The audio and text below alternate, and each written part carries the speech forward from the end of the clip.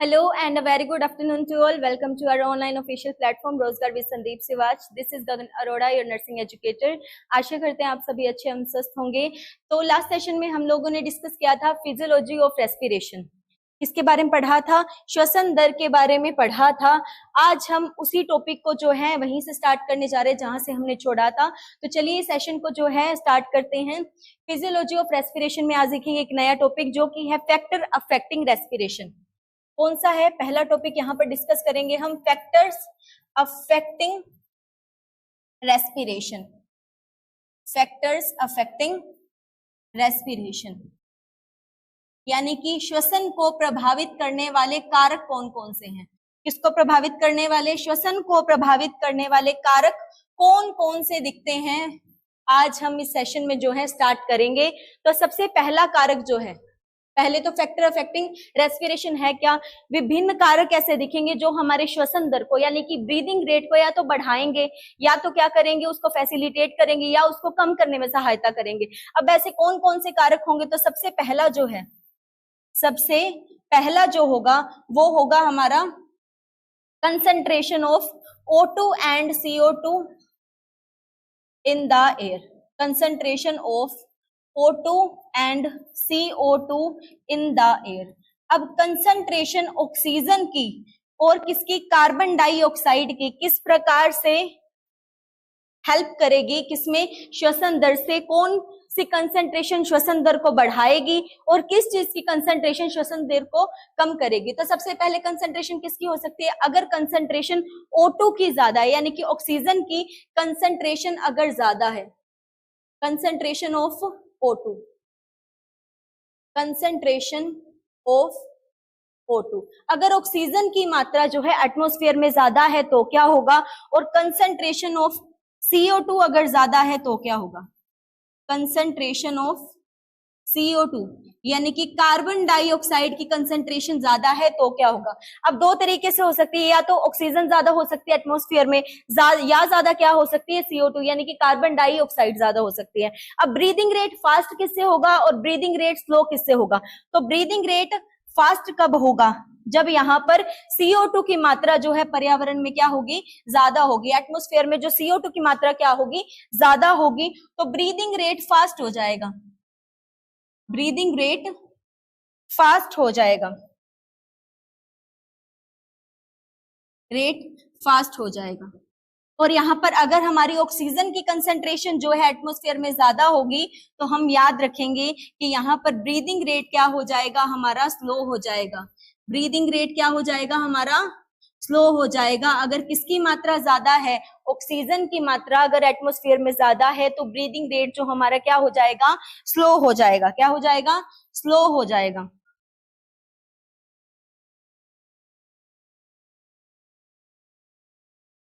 Slow हो जाएगा.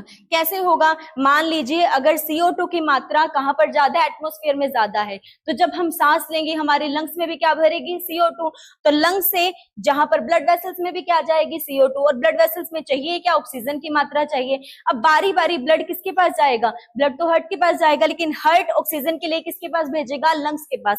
तो लंग्स में पहले से ही क्या भरा हुआ है, CO2, इसीलिए ब्रीदिंग रेट क्या हो जाएगा, हमारा फास्ट हो जाएगा अगर CO2 की मात्रा वहां पर ज्यादा होगी. अगर ऑक्सीजन की मात्रा होगी तो ब्लड में भी नियमित रूप से ऑक्सीजन पहुंचती रहेगी और बार बार हमें सांस लेने की आवश्यकता जो है नहीं पड़ेगी. तो ब्रीथिंग रेट थोड़ा सा कम हो जाएगा, ज्यादा कम नहीं होगा, फैसिलिटेट करेगा, बिल्कुल नॉर्मल होगा, लेकिन ब्रीदिंग रेट थोड़ा सा क्या हो जाएगा, स्लो हो जाएगा एज कंपेयर टू जब कंसंट्रेशन किसकी ज्यादा है, CO2 की ज्यादा है. तो ये है हमारा पहला फैक्टर, किसका, फैक्टर अफेक्टिंग रेस्पिरेशन का. कंसंट्रेशन पर कैसे मैटर करेगा, ऑक्सीजन CO2 की अगर एयर में कंसंट्रेशन किसकी ज्यादा है तो ब्रीदिंग रेट फास्ट होगा, और किसकी ज्यादा है तो ब्रीदिंग रेट क्या होगा, हमारा स्लो होगा. तो ये है हमारा पहला फैक्टर, किसका, फैक्टर अफेक्टिंग रेस्पिरेशन का. नेक्स्ट हम देखेंगे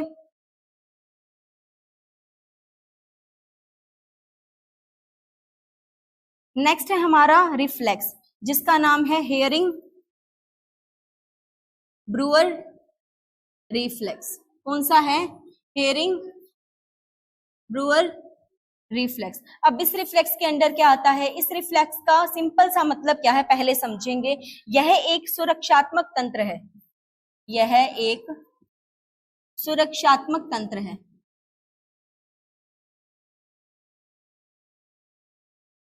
तंत्र है जो कि फेफड़ों को ज्यादा फैलने से रोकेगा, ज्यादा फैलने से रोकेगा, फैलने से रोकता है। ये रिफ्लेक्स करता क्या है, यदि नॉर्मल कैपेसिटी से ज्यादा जो एयर है, क्या है, एयर है, ज्यादा लंग्स में आ रही है तो लंग्स को फैसिलिटेट करेगा ताकि वो अच्छे से एक्सपेंड हो पाए। ये यदि क्या है, एयर का प्रेशर बाहर ज्यादा है, एयर का प्रेशर ज्यादा है तो ऑटोमेटिकली क्या होगा, लंग्स भी ज्यादा एयर को इनहेल करेंगे। अब इनहेल करेंगे, अगर लंग्स इनहेल कर रहे हैं तो जैसे ही इनहेल करेंगे, जैसे ही हम सांस लेते हैं तो लंग्स क्या करते हैं, एक्सपेंड करते हैं, यानी कि अपनी जगह पर क्या होते हैं, फैलते हैं। अब फैलते हैं तो उससे क्या होता है, जैसे ही लंग्स फैलेंगे तो लंग्स के नीचे जो डायाफ्राम मसल होती है, कौन सी मसल होती है, डायाफ्राम मसल होती है। डायाफ्राम क्या होती है, एक मसल होती है जो कि थोरैसिक कैविटी को एब्डोमिनल कैविटी से अलग करती है। किस कैविटी को, थोरैसिक कैविटी को एब्डोमिनल कैविटी से क्या करती है, अलग करती है। जैसे ही हमने सांस ली, फेफड़े क्या करेंगे, एक्सपेंड करेंगे, लंग्स क्या करेंगे, एक्सपेंड करेंगे, और डायाफ्राम क्या हो जाएगी, नीचे की तरफ शिफ्ट हो जाएगी। डायाफ्राम नीचे की तरफ शिफ्ट हो जाएगी, कहाँ शिफ्ट होगी, नीचे की तरफ शिफ्ट हो जाएगी।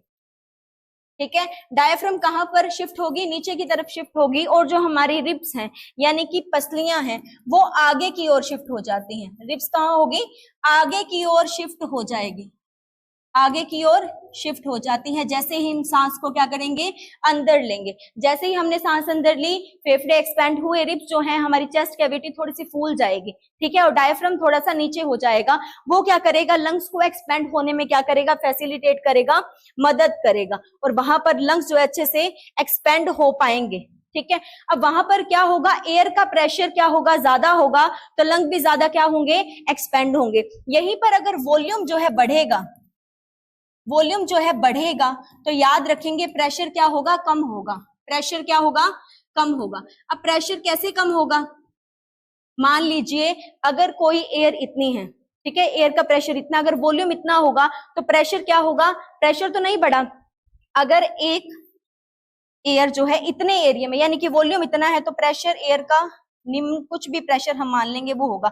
अगर वॉल्यूम बढ़ा दिया, यानी कि हमने एरिया बढ़ा दिया, प्रेशर सेम ही रखा, ठीक है, तो वॉल्यूम के बढ़ने से प्रेशर क्या हुआ, कम हुआ। प्रेशर क्या हुआ, कम हुआ, वॉल्यूम के बढ़ने से।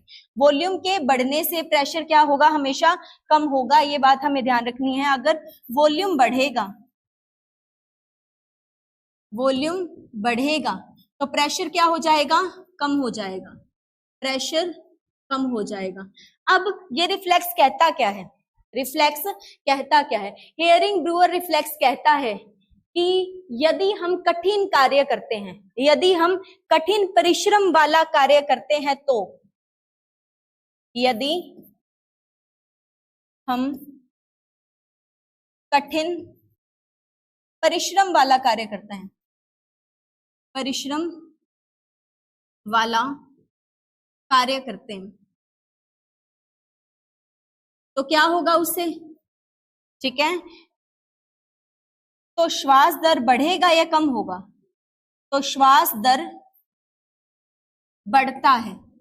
अब कैसे बढ़ता है, ठीक है, हियरिंग रिफ्लेक्स क्या कहता है, यदि हम कठिन परिश्रम वाला कार्य करते हैं, यदि हम कैसा काम करेंगे जिसमें हमें ऊर्जा एनर्जी की ज्यादा जरूरत है, तो क्या होगा, हमारा ब्रीदिंग रेट भी क्या हो जाएगा, बढ़ेगा। अब क्यों बढ़ेगा, जैसे ही हम कठिन कार्य करेंगे तो हमें किसकी, हमारे शरीर को किसकी आवश्यकता पड़ेगी, ज्यादा ऊर्जा की। अब ऊर्जा कहाँ से आती है, ऊर्जा मैंने आपको बताया था जब ऑक्सीडेशन होता है, किसका ऑक्सीडेशन होता है, यहाँ पर ऑक्सीडेशन होता है किसका, ग्लूकोज का, किसका, ग्लूकोज का ऑक्सीडेशन होता है, तभी हमारा शरीर बनाता है ना, किसको बनाता है, CO2 H2O प्लस में ATP रिलीज करता है। ATP क्या है, वही ऊर्जा की करेंसी है, ATP क्या है, वही ऊर्जा की करेंसी है। अब यहाँ पर ATP कितने बनते हैं, 38 ATP रिलीज होते हैं यहाँ पर, ठीक है, यही क्या है, ऊर्जा है। अब ऊर्जा कहाँ से बनी, जब हमारे ब्लड को पर्याप्त मात्रा में क्या मिली, ऑक्सीजन मिली। अब जैसे जैसे हमें कैलोरीज ज्यादा चाहिए, यानी कि एनर्जी ज्यादा चाहिए,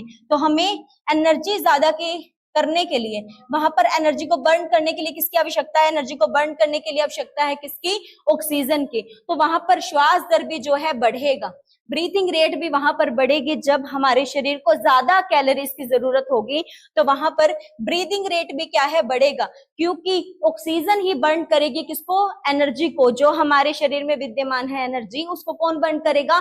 ऑक्सीजन ही फैसिलिटेट करेगा, ग्लूकोज को बर्न करेगा। ऑक्सीडेशन रिएक्शन से कंबशन होगी किसकी? ग्लूकोज की। किसके साथ? ऑक्सीजन के साथ।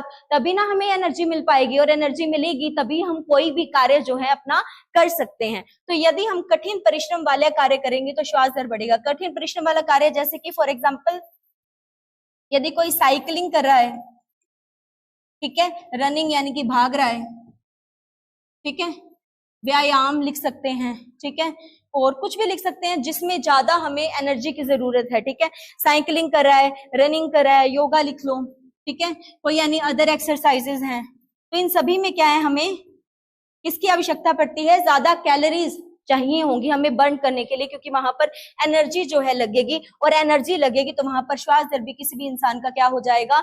बढ़ेगा। यानी कि हम तेजी से सांस लेना शुरू कर देंगे। हम अगर भागे थोड़ी देर, ठीक है, भागने पर क्या होता है? सांस फूल जाती है हमारी। तो सांस फूलने का मतलब भी क्या है? कि ब्रीदिंग रेट क्या है? हमारा बढ़ गया, और हम तेजी से सांस लेना शुरू कर देंगे ताकि ऑक्सीजन की मात्रा जो हमारे शरीर में कम हुई है उसको हम क्या करें? पूरा कर सके। तो ये है हमारा सेकेंड फैक्टर। कौन सा है? हमारा हियरिंग ब्रूअर रिफ्लेक्स, जो कि अफेक्ट करता है किसको? हमारे रेस्पिरेटरी रेट को। अब रेस्पिरेटरी रेट क्या होगा? बढ़ेगा। अब ये तो जरूरी थोड़ी है हम भागने लग जाते तो ऐसे खुद ब खुद हाफने लग जाते हैं, यानी कि शरीर में ऐसा क्या है कि हमें पता है कि हमें अब तेजी से सांस लेनी है, ठीक है। तो लंग्स में याद रखेंगे कहां पर? लंग्स में एक खास तरीके की सेल्स होती हैं। लंग्स में सेल्स होती हैं। कौन सी सेल? स्पेशल सेल्स होती हैं। अब स्पेशल सेल्स क्या होती हैं? और ये सेल बहुत ज्यादा सेंसिटिव होती हैं, जो कि बहुत ज्यादा क्या होती हैं? सेंसिटिव होती हैं। सेंसिटिव होती हैं। अब ये करती क्या है? ये हमें स्टिमुलेट करती हैं। ये क्या करती हैं? बॉडी को स्टिमुलेट करती हैं। बॉडी को स्टिमुलेट करती हैं ज्यादा सांस लेने के लिए। ज्यादा सांस लेने के लिए बॉडी को क्या करती हैं? स्टिमुलेट करती हैं। एक बार दोबारा फिर से पढ़ेंगे। लंग्स में कुछ विशेष प्रकार की सेल्स पाई जाती हैं जो कि बहुत ज्यादा सेंसिटिव होती हैं, जो कि हमें उत्तेजित करती हैं, बॉडी को स्टिमुलेट करती हैं ज्यादा श्वसन के लिए। किसके लिए? श्वसन दर को बढ़ाने के लिए, तेजी से सांस लेने के लिए फैसिलिटेट करती हैं, ये उत्तेजित करती हैं या स्टिमुलेट करती हैं। और ये है हमारा दूसरा कारक किसका? रेस्पिरेटरी रेट का, जो फैक्टर है जो अफेक्ट करते हैं रेस्पिरेटरी रेट को। नेक्स्ट हम देखेंगे नेक्स्ट कारक के बारे में। हमारा नेक्स्ट कारक कौन सा है? नेक्स्ट है हमारा transportation of gases in blood.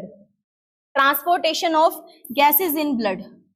उससे पहले हम एक और पढ़ लेंगे एयर प्रेशर, ताकि आपको अच्छे से वो क्लियर हो जाए। नेक्स्ट है हमारा एयर प्रेशर।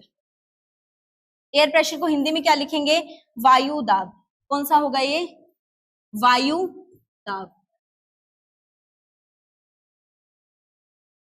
एयर का प्रेशर कैसे फैसिलिटेट करेगा किसी भी रिएक्शन को करवाने के लिए? मान लीजिए अगर एयर का प्रेशर लो है, जैसे कि हम हिली एरियाज में जाएं।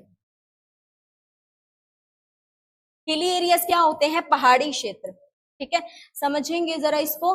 जैसे ही हम पहाड़ी क्षेत्रों में जाते हैं, ठीक है, हिली एरियाज में जाते हैं, तो वहां पर क्या होता है? वहां पर एयर का प्रेशर क्या होता है भाई? एयर का प्रेशर होता है वहां पर कम। एयर का प्रेशर क्या होता है? वहां पर कम होता है, यानी कि लो होता है। एयर प्रेशर क्या होता है? वहां पर लो होता है, यानी कि कम होता है। इसीलिए एयर प्रेशर लो है, यानी कि हवा में प्रेशर ही लो है, तो वहां पर ऑक्सीजन की मात्रा भी क्या होगी? कम होगी। अब ऑक्सीजन की मात्रा कम होगी तो मैंने आपको पहले कारक में बताया है, यदि ऑक्सीजन की मात्रा कंसंट्रेशन वायु में कम है तो हमारा ब्रीदिंग रेट क्या होगा भाई? फास्ट हो जाएगा। क्या हो जाएगा? ब्रीदिंग रेट हमारा बढ़ जाएगा। ब्रीदिंग रेट फास्ट हो जाएगा, यानी कि हम तेजी से सांस लेना शुरू कर देंगे। हम तेजी से सांस लेना शुरू कर देंगे। अब तेजी से सांस लेना क्यों शुरू कर देंगे? ताकि पर्याप्त मात्रा में ऑक्सीजन हमारे फेफड़ों तक पहुंच सके और फेफड़ों से ब्लड तक पहुंच सके और ब्लड से प्रत्येक कोशिका तक जो है श्वसन जो है उसका पूरा हो सके। तो याद रखेंगे पहाड़ी क्षेत्रों में जैसे हम जाते हैं तो एयर का प्रेशर क्या हो जाता है, वहां पर लो हो जाता है, इसीलिए ब्रीदिंग रेट भी क्या है वहां पर बढ़ जाएगा। और प्रेशर ज्यादा हो जाएगा तो ब्रीदिंग रेट क्या हो जाएगा, स्लो हो जाएगा। क्या हो जाएगा, स्लो हो जाएगा। तो शरीर को पर्याप्त ऑक्सीजन वहां पर मिलना शुरू हो जाएगी। यहाँ पर ऑक्सीजन की मात्रा कम है इसीलिए ब्रीदिंग रेट क्या हो जाएगा हमारा, फास्ट हो जाएगा। अब हम एक बात पर और गौर करेंगे कि एयर प्रेशर हिली एरियाज में कम क्यों नहीं होता। यानी कि अगर नॉर्मल हम जैसे इंसान अगर पहाड़ों में जाते हैं तो हमें सांस लेने में दिक्कत होती है, वहां पर तो हम तो हाफते ही रह जाते हैं वहां पर अगर पहाड़ पर ट्रैकिंग वगैरह करें। लेकिन वहां पर जो कॉमन एरिया वाले लोग होते हैं, जो लोकल लोग होते हैं वहां के, उनको ऐसा कुछ नहीं होता। तो याद रखेंगे हिली एरियाज में जो लोग रहते हैं,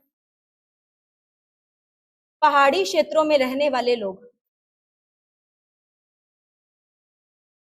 क्षेत्रों में रहने वाले या आवास करने वाले लोगों में आरबीसी की मात्रा ज्यादा होती है।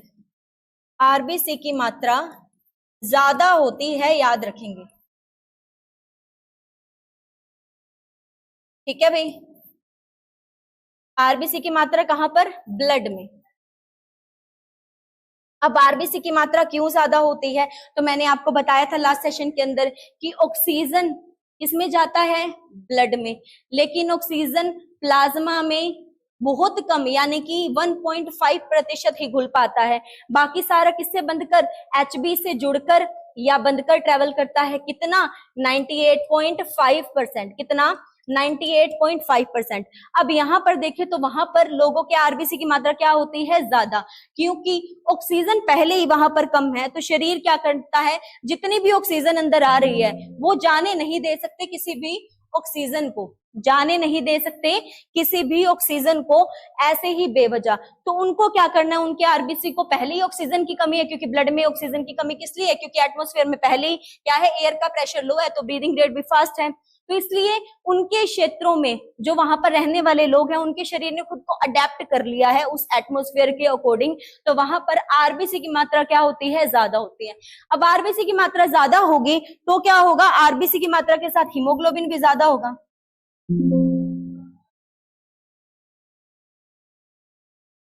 आरबीसी के साथ क्या होगा, हीमोग्लोबिन भी क्या होगा, ज्यादा होगा। हीमोग्लोबिन भी ज्यादा होगा। अब हीमोग्लोबिन ज्यादा होगा तो वो क्या करेगा, जो भी ऑक्सीजन अंदर आएगी ब्लड वेसल्स में आएगी, जो भी ऑक्सीजन उसके साथ बंध जाएगा या जुड़ जाएगा और ट्रेवल होगा थ्रू आउट द बॉडी। ठीक है, तो यहाँ पर 98.5% ऑक्सीजन किससे बनकर चलती है, एचबी यानी कि हीमोग्लोबिन से। और हीमोग्लोबिन की मात्रा किसमें ज्यादा होती है, आरबीसी में। तो आरबीसी किसमें है, ब्लड में। तो आरबीसी किन में ज्यादा दिखेगी, जो पहाड़ी क्षेत्रों में लोग रहते हैं उनमें आरबीसी की मात्रा हम जैसे लोगों से क्या होगी, थोड़ी सी ज्यादा होगी। तो ये है तीसरा पॉइंट हमारा, कौन सा, एयर प्रेशर। तीसरा फैक्टर है हमारा, कौन सा है ये, एयर प्रेशर, यानी कि वायु दाब किस तरीके से अफेक्ट करेगा किसको, ब्रीदिंग रेट को या रेस्पिरेटरी रेट को। वायु दाब यानी कि एयर प्रेशर किस तरह से फैसिलिटेट करेगा या कम करेगा। एयर प्रेशर लो होगा तो ब्रीदिंग रेट फास्ट हो जाएगा, एयर प्रेशर हाई होगा तो ब्रीदिंग रेट हमारा क्या हो जाएगा, नॉर्मल या स्लो हो जाएगा। तो लास्ट हमारा जो कारक है उसके बाद वो है हमारा ट्रांसपोर्टेशन ऑफ एयर।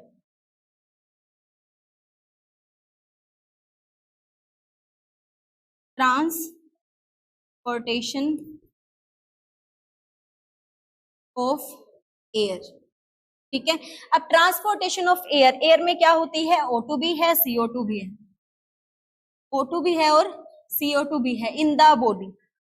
ठीक है, एयर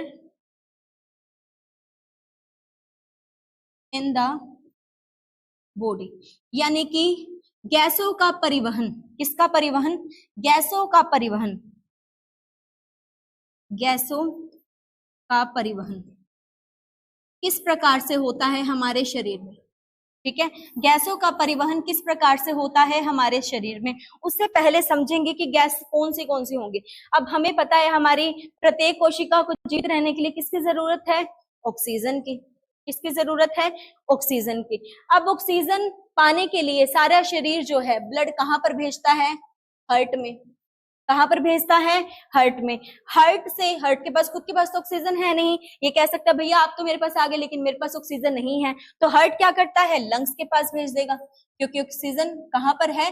लंग्स के पास है ऑक्सीजन। तो हार्ट कौन सा ब्लड भेजता है? CO2 वाला, यानी कि इम्प्योर। अब लेकर कौन जाती है? Pulmonary artery. कौन लेकर जाती है? पल्मोनरी आर्टरी लेकर के जाती है। अब ये ऐसी इकलौती आर्टरी है जहां पर इम्प्योर ब्लड होता है, ठीक है, पल्मोनरी आर्टरी। और अम्बिलिकल जो आर्टरी होती है वहां पर CO2 वाला यानी कि इम्प्योर ब्लड होता है जो लेकर जाती है। वैसे नॉर्मल आर्टरीज हम देखेंगे तो सारी की सारी में ऑक्सीजनेटेड ब्लड होता है, यानी कि प्योर ब्लड होता है ऑक्सीजन वाला। यहाँ पर लंग्स दोबारा भेजेंगे, लंग्स भेजेंगे दोबारा पल्मोनरी वेन से, पल्मोनरी वेन से कहां तक भेजेंगे? हार्ट तक। हार्ट सारी बॉडी में पंप कर देगा। किसको पंप करेगा? ऑक्सीजनेटेड ब्लड को, ठीक है। किसको पंप करेगा? ऑक्सीजनेटेड ब्लड को। ऑक्सीजन बॉडी के प्रत्येक सेल क्या कर लेंगे? ऊर्जा में खर्च कर देंगे, और वहां से दोबारा क्या जाएगा? इम्प्योर यानी कि CO2 वाला ब्लड। कौन लेकर जाएगी? सुपीरियर और इंफीरियर वेना कावा, सुपीरियर और इंफीरियर वेना कावा, ठीक है। तो हमने यहाँ पर देखा कि हमारे शरीर में दो तरीके की जो एयर है, या तो ऑक्सीजन होगी या वो क्या हो सकती है? CO2 होगी। अब परिवहन यानी कि ट्रांसपोर्टेशन भी किसका हो रहा है? इन्हीं दो गैसेस का। आइदर वो ऑक्सीजन का हो सकता है, आइदर वो ऑक्सीजन का हो सकता है, और किसका हो सकता है? कार्बन डाइऑक्साइड का हो सकता है, और किसका हो सकता है? कार्बन डाइऑक्साइड का हो सकता है। परिवहन का मतलब क्या है? ट्रांसपोर्टेशन, यानी कि कौन ट्रेवल कर रही है? या तो ब्लड में ऑक्सीजन है या ब्लड में क्या है? CO2 है। ब्लड में ऑक्सीजन भी है, याद रखेंगे, और CO2 भी है, ठीक है। ब्लड में दोनों चीजें, केवल ऑक्सीजन नहीं है, CO2 भी है, ठीक है। CO2 बाद में एक्सपायर हो जाती है वाया लंग्स एक्सटर्नल एनवायरनमेंट में, लेकिन यहाँ पर ब्लड में भी CO2 पाई जाती है। तो हमें या तो परिवहन, इतना आई होप समझ गए होंगे आप, तो या तो गैसेस का परिवहन हमें किसके बारे में पढ़ना पड़ेगा? O2 का भी परिवहन होता है, और किसका होता है? CO2 का भी परिवहन होता है। तो सबसे पहले देखेंगे O2 का परिवहन कैसे होते हैं, फिर हम देखेंगे CO2 का परिवहन कैसे होता है। सबसे पहले हेडिंग बनाएंगे O2 का परिवहन, किसका? ऑक्सीजन का परिवहन देखेंगे भाई। सबसे पहले ऑक्सीजन का परिवहन बिल्कुल आसान है भाई। ऑक्सीजन का परिवहन तो होता है, किस प्रकार से होगा? अब O2 मैंने आपको बताया प्लाज्मा में घुलनशील नहीं होती, प्लाज्मा में घुलनशील नहीं होती, लेकिन ज्यादा घुलनशील नहीं होती, थोड़ी सी होती है। तो प्लाज्मा में घुलकर कितनी जाएगी? प्लाज्मा में घुलकर कितनी जाएगी? तो प्लाज्मा में घुलकर हम याद रखेंगे 1.5% ऑक्सीजन जो है प्लाज्मा में घुलकर जाती है। 1.5% ऑक्सीजन ब्लड के प्लाज्मा में घुलकर जाती है, और बाकी 98.5% कहां जाती है भाई?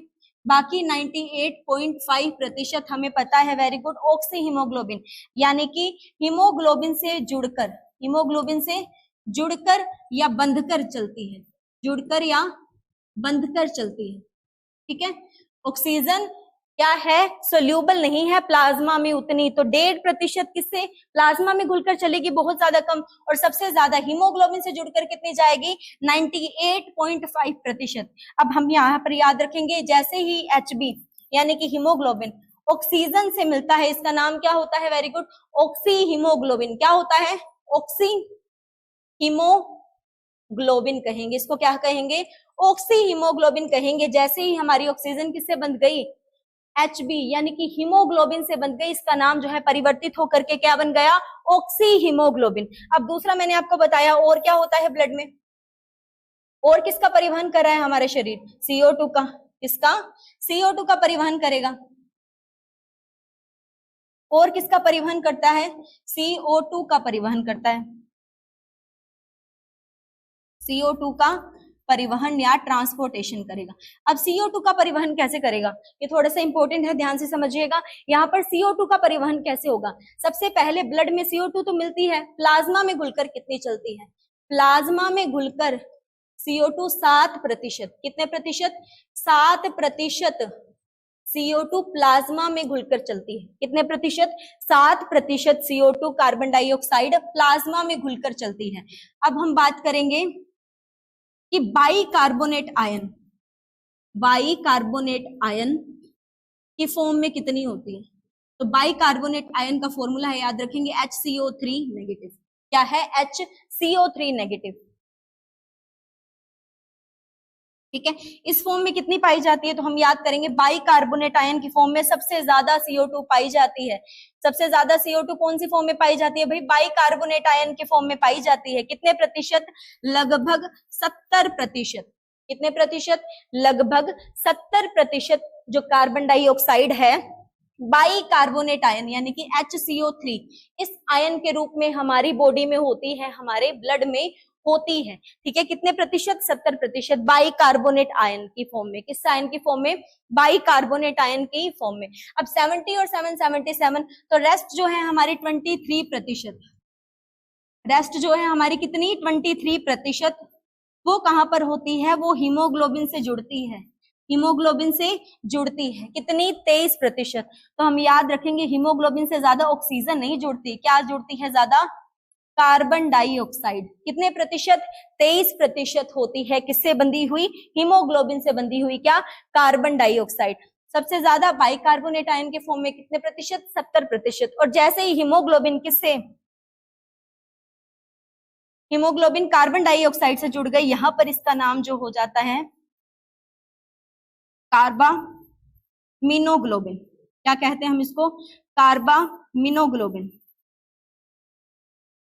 कार्बामिनोग्लोबिन, ठीक है।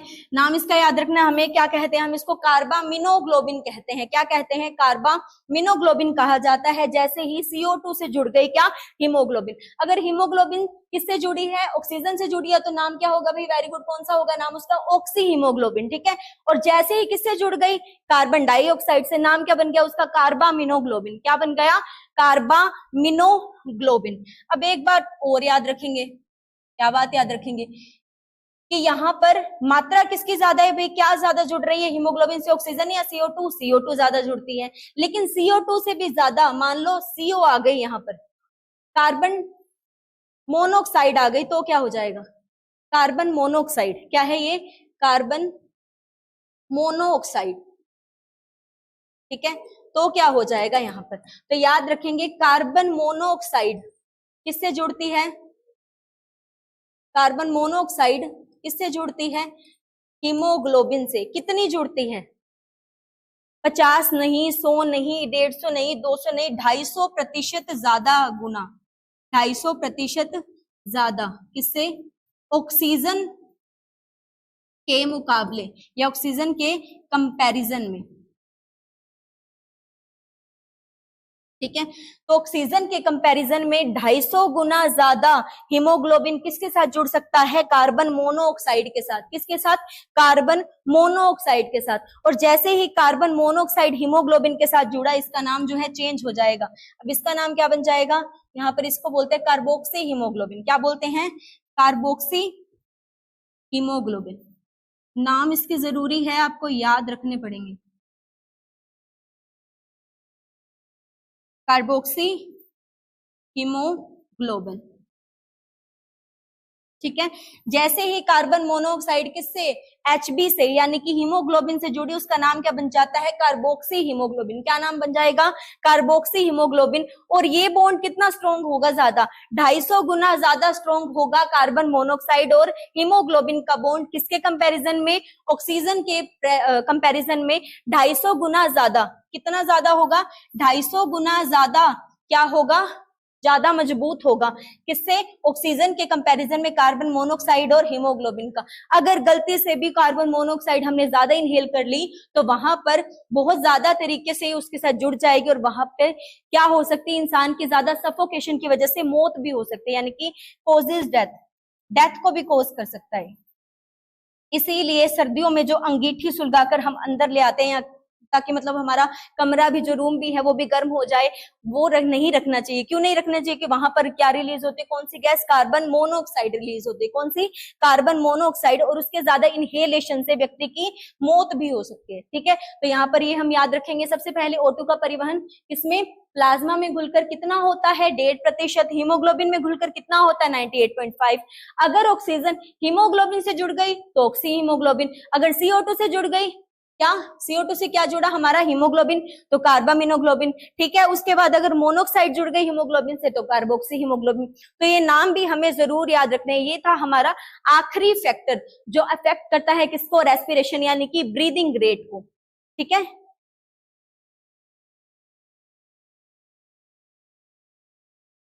तो यहां पर एक बार इसको अच्छे से नोट कर लें, उसके बाद नेक्स्ट हम टॉपिक पढ़ते हैं।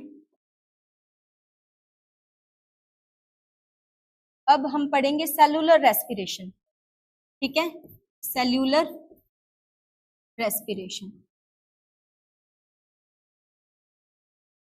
कोशिकीय श्वसन क्या होगा भाई, ये कोशिकीय श्वसन होगा, कोशिकीय श्वसन। तो ये थोड़ा ज्यादा इंपॉर्टेंट टॉपिक है। ठीक है, तो यहाँ पर थोड़ा सा ध्यान से इसको हम समझेंगे कि कोशिकीय श्वसन क्या है। अब तक हमने श्वसन पढ़ा कौन से लेवल तक, ब्लड के लेवल तक या बॉडी के लेवल तक। अब यहाँ पर कौन से लेवल पर होगा, यानी कि सेल्स के लेवल पर, सेल्स या कोशिका, सेल्स या कोशिका के लेवल पर श्वसन किस प्रकार से दिखेगा, श्वसन। यानी कि अब तक तो ये बॉडी की प्रोसेस थी, सारे के सारे शरीर की प्रोसेस थी, लेकिन अब हम पढ़ेंगे भाई कोशिका यानी कि सेल्स कैसे यूज करेंगे इस ऑक्सीजन को जो उन तक पहुंच गई आगे एनर्जी बनाने के लिए। ठीक है, आगे एनर्जी बनाने के लिए सेल्स जो है वो कैसे जो है यूज करेंगे इसी ऑक्सीजन को जो बन गई, ठीक है, एनर्जी बनाने के लिए। तो याद रखेंगे इसके 3 स्टेप होते हैं। ठीक है, 3 मेजर स्टेप होते हैं, इसके मेजर स्टेप्स होते हैं। इसके मेजर स्टेप्स होते हैं, यही एनर्जी जो सेल्स बनाते हैं उसके मेजरली कितने स्टेप्स हैं, 3 मेजर सब्जेक्ट हैं, स्टेप है तो सॉरी। तो यहाँ पर 3 मेजर स्टेप कौन कौन से हैं जानेंगे अभी।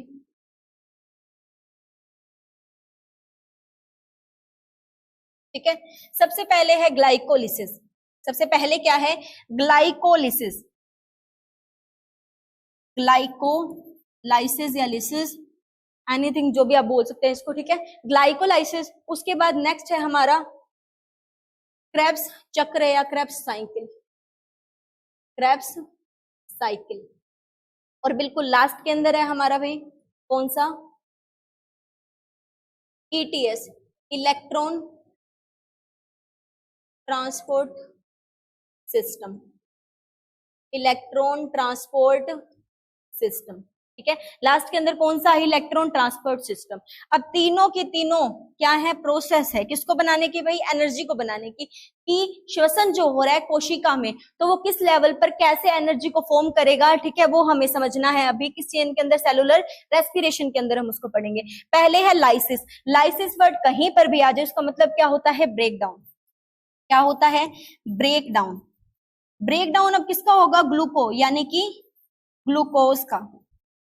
तो ग्लाइकोलाइसिस का मतलब ही क्या है, ब्रेक डाउन ऑफ ग्लूकोज है। ध्यान से समझेंगे क्या है, ब्रेक डाउन ऑफ ग्लूकोज क्या है, ग्लाइकोलाइसिस है। क्रेब्स चक्र और इलेक्ट्रॉन ट्रांसपोर्ट सिस्टम। ठीक है, तीसरा कौन सा है हमारे, इलेक्ट्रॉन ट्रांसपोर्ट सिस्टम। अब क्रेब्स चक्र क्या है, जहां पर एटीपीज बनती हैं। ठीक है, एटीपी तो यहाँ पर भी बनती है। ठीक है, तो क्रेब्स साइकिल को हम बोलते हैं सिट्रिक साइकिल भी बोलते हैं, सिट्रिक साइकिल भी बोलते हैं, TCA साइकिल भी बोलते हैं। अब क्यों बोलते हैं ये अभी हम पढ़ेंगे आगे। ठीक है, जब इसको एक बार डिटेल में पढ़ेंगे अभी आगे। ठीक है, और लास्ट में है ETS सिस्टम। क्या है हमारा, ETS सिस्टम। अब क्यों बोलते हैं अभी देखेंगे। अब हमें याद क्या रखना है यहाँ पर कि जो हमारी ग्लाइकोलिसिस है, जो हमारी ग्लाइकोलिसिस है वो टेक प्लेस होती है कहां पर, वो टेक्स प्लेस होती है cytoplasm, takes place in cytoplasm. Cytoplasm, cytoplasm क्या भाई, कोशिका द्रव्य। साइटोप्लाज्मा क्या है, कोशिका द्रव्य।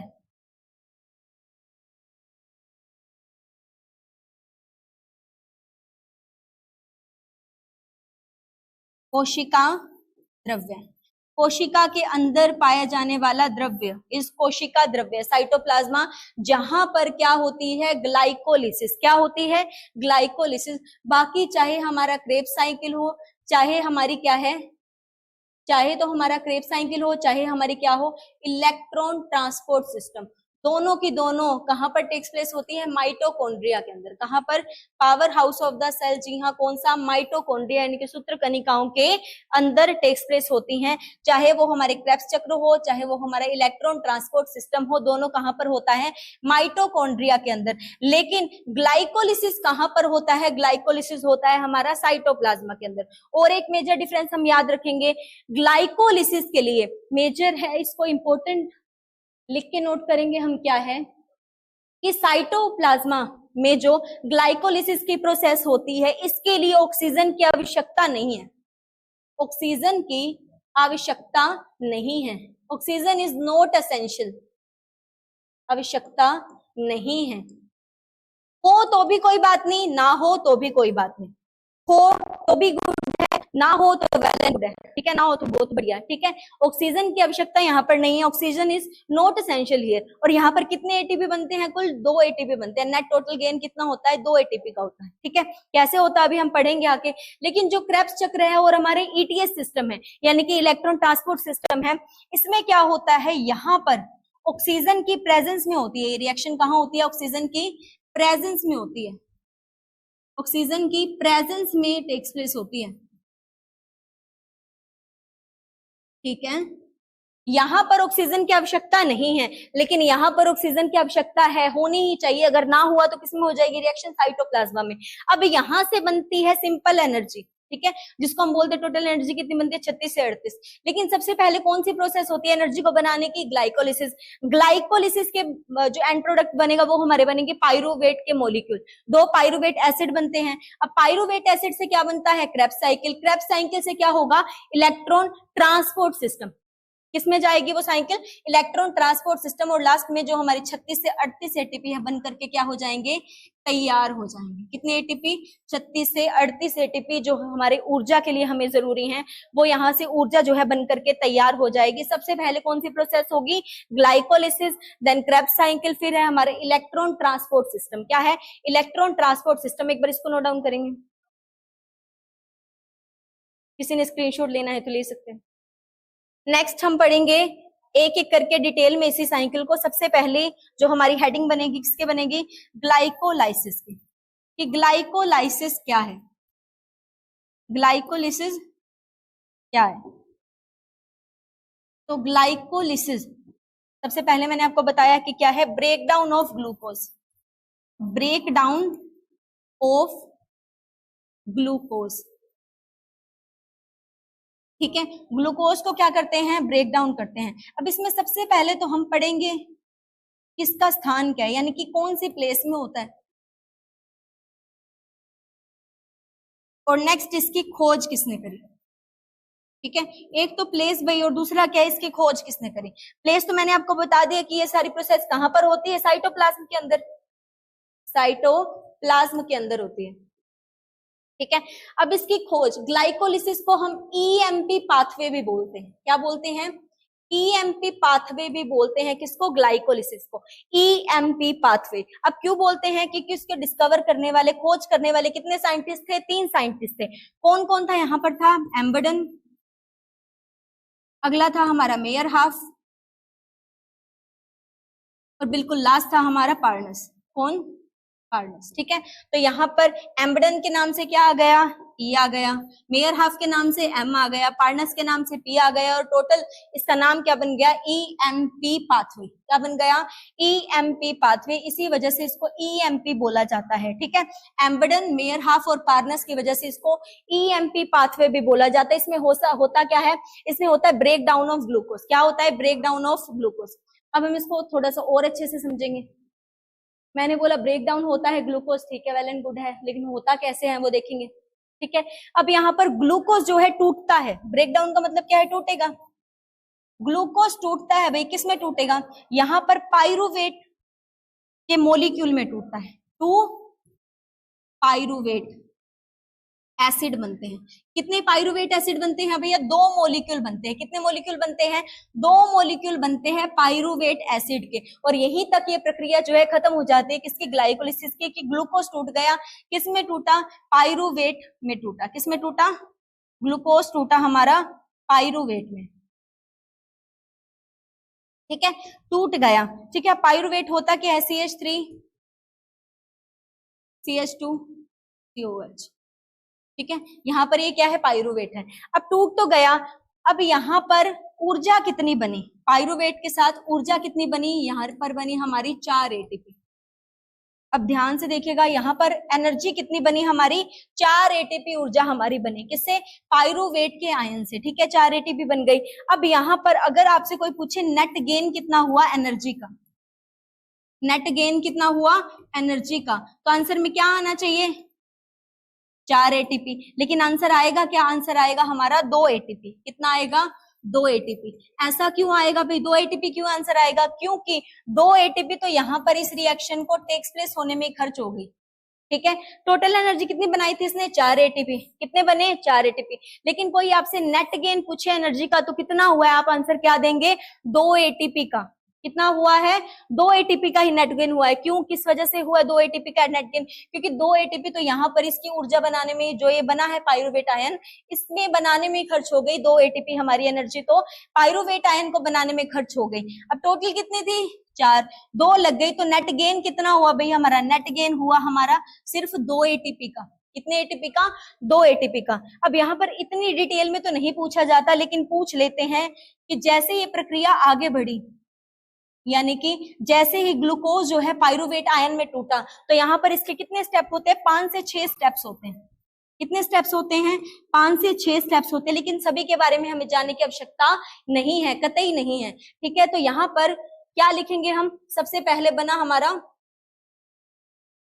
Pyruvate ion. जब बन रहे हैं तो यहाँ पर ग्लूकोज जो है सबसे पहले टूटेगा। अब 5 से 6 स्टेप होते हैं, लेकिन सबसे पहला स्टेप क्या है? सर्वप्रथम क्या बनेगा? सिर्फ वही याद रखना हमें। सबसे पहले क्या बनेगा?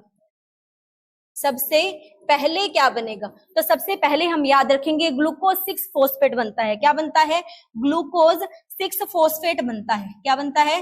ग्लूकोज 6 फॉस्फेट बनता है। केवल इतना ही पर्याप्त है। क्या बनता है? ग्लूकोज 6 फॉस्फेट बनता है हमारा। ग्लूकोज 6 फॉस्फेट बनता है, इतना ही मोर देन सफिशिएंट है। ठीक है, ग्लूकोज 6 फॉस्फेट बनता है, ये हमें याद रखना है। सबसे पहले कितने स्टेप होते हैं? 5 से 6 स्टेप होते हैं। लेकिन कितना याद रखना है? सबसे पहले क्या बनता है? जैसे ही टूटना शुरू होगा सबसे पहले ग्लूकोज 6 फॉस्फेट बनता है, और एंड प्रोडक्ट क्या निकल के आता है? पाइरुवेट एसिड बनता है। क्या बनता है? पाइरुवेट एसिड बनता है। और कितने ATP रिलीज होते हैं? 4 ATP। लेकिन नेट गेन पूछे तो आप कितना लिखेंगे? 2 ATP का। क्यों 2 ATP का? क्योंकि 2 ATP तो इसने पहले ही खर्च कर दी। किसमें खर्च कर दी? जब ये पाइरुवेट आयन में जो है कन्वर्ट हो रहा था हमारा ग्लूकोज। क्या कन्वर्ट हो रहा था? ग्लूकोज। और इसके बाद हम पढ़ेंगे अगली प्रोसेस। सबसे पहली प्रोसेस क्या थी? ग्लाइकोलाइसिस। ब्रेकडाउन हो गया ग्लूकोज का। आपको पता, अभी मैंने बताया कि किसमें टूट गया? ये टूट गया हमारा पाइरुवेट आयन में। पाइरुवेट आयन में या एसिड में। ठीक है, पाइरुवेट एसिड में टूट गया। अब ये पाइरुवेट एसिड कहां पर चला जाएगा? ये चला जाएगा क्रेब्स साइकिल में। कहां पर चला जाएगा? क्रेब्स साइकिल में। अब क्रेब्स साइकिल में जाने के बाद जो एंड प्रोडक्ट बनेगा वो कहां पर जाएगा? ATS सिस्टम में। और लास्ट के अंदर क्या बन जाएगी? हमारी ऊर्जा बन जाएगी। दोबारा देखेंगे एक बार इसको। ग्लाइकोलाइसिस हुई तो यहाँ पर फिर से हम याद रखेंगे कि यहाँ पर ऑक्सीजन की प्रेजेंस की आवश्यकता नहीं थी। ऑक्सीजन की आवश्यकता कतई नहीं थी, यहाँ पर आवश्यकता नहीं थी। ठीक है, ऑक्सीजन की आवश्यकता यहाँ पर नहीं है। ऑक्सीजन की एब्सेंस में ये प्रोसेस होती है। अगर प्रेजेंस है तो भी कोई बात नहीं, और नहीं है तो वेल एंड गुड है, जरूरत भी नहीं है इसको। अब ये पाइरुवेट आयन जो है, पाइरुवेट एसिड कहां पर चलेगा? ये चला जाएगा हमारा क्रेब्स चक्र के अंदर। कहां पर चला जाएगा? ये चला जाएगा हमारा क्रेब्स चक्र के अंदर। तो नेक्स्ट हेडिंग हम किसकी बनाएंगे? क्रेब्स साइकिल की। कौन सी साइकिल? Krebs cycle. अब क्रेब्स साइकिल को क्रेब्स साइकिल क्यों कहा जाता है, ये जानेंगे सबसे पहले। इसमें भी होगा प्लेस, और फिर हम पढ़ेंगे भाई इसकी खोज किसने करी, यानी कि डिस्कवरी किसने करी। ठीक है, प्लेस और डिस्कवरी। तो प्लेस मैंने, जैसा कि आपको मैंने बताया कि प्लेस जो है इसकी माइटोकॉन्ड्रिया है। अब माइटोकॉन्ड्रिया भी बिल्कुल ज्यादा पूछ ले तो ये होती है माइटोकॉन्ड्रियल मैट्रिक्स में। माइटोकॉन्ड्रियल मैट्रिक्स में होती है। अब मैट्रिक्स का मतलब क्या है? जो हमारा माइटोकॉन्ड्रिया है, क्या है हमारा? माइटोकॉन्ड्रिया है, ये डबल लेयर स्ट्रक्चर होता है। कैसा होता है, डबल मेम्ब्रेन स्ट्रक्चर होता है। कुछ कोशिकाएं, जो कोशिका के ऑर्गन्स होते हैं, जो हमारी सेलुलर ऑर्गन्स होते हैं, उन पर डबल झिल्ली होती है। कैसी झिल्ली होती है, डबल झिल्ली होती है, जैसे कि माइटोकॉन्ड्रिया, प्लास्टिड और न्यूक्लियस पर। तो यहाँ पर माइटोकॉन्ड्रियल मैट्रिक्स का क्या मतलब है, इसके जो इनर फोल्ड होते हैं, यहाँ पर इनर फोल्ड होते हैं, इनर फोल्ड होते हैं, जिसका नाम क्या होता है, क्रिस्टे, जिसका नाम क्या होता है, क्रिस्टे। तो वहां पर क्या चलता है, क्रेब्स साइकिल। क्या होती है वहां पर, कौन सा चक्र चलता है, क्रेब्स साइकिल होती है, जिसके जो है फलस्वरूप क्या बनती है, वहां पर ऊर्जा का निर्माण होता है। किसका निर्माण होता है, ऊर्जा का निर्माण वहां पर होता है। इसकी डिस्कवरी, तो डिस्कवरी किसने करी थी, इसकी डिस्कवरी करी थी इसकी हैंस अडोल्फ क्रेब्स ने, हैंस अडोल्फ क्रेब्स ने करी थी। ठीक है, अब हैंस अडोल्फ क्रेब्स, इनको 1937 में नोबेल प्राइज भी दिया गया था। ठीक है, तो यहाँ पर हैंस अडोल्फ क्रेब्स ने क्या करी थी, डिस्कवरी करी थी। किसकी डिस्कवरी, क्रेब्स साइकिल की। इसीलिए इनके नाम की वजह से ही नाम क्या पड़े इस साइकिल का, क्रेब्स साइकिल, क्रेब्स चक्र। अब इसका अदर नेम क्या है वो भी हम जान लेंगे अभी, इस साइकिल को और क्या क्या कहा जाता है, अदर नेम, अदर नेम, यानी कि और क्या क्या कहा जाता है इस साइकिल को।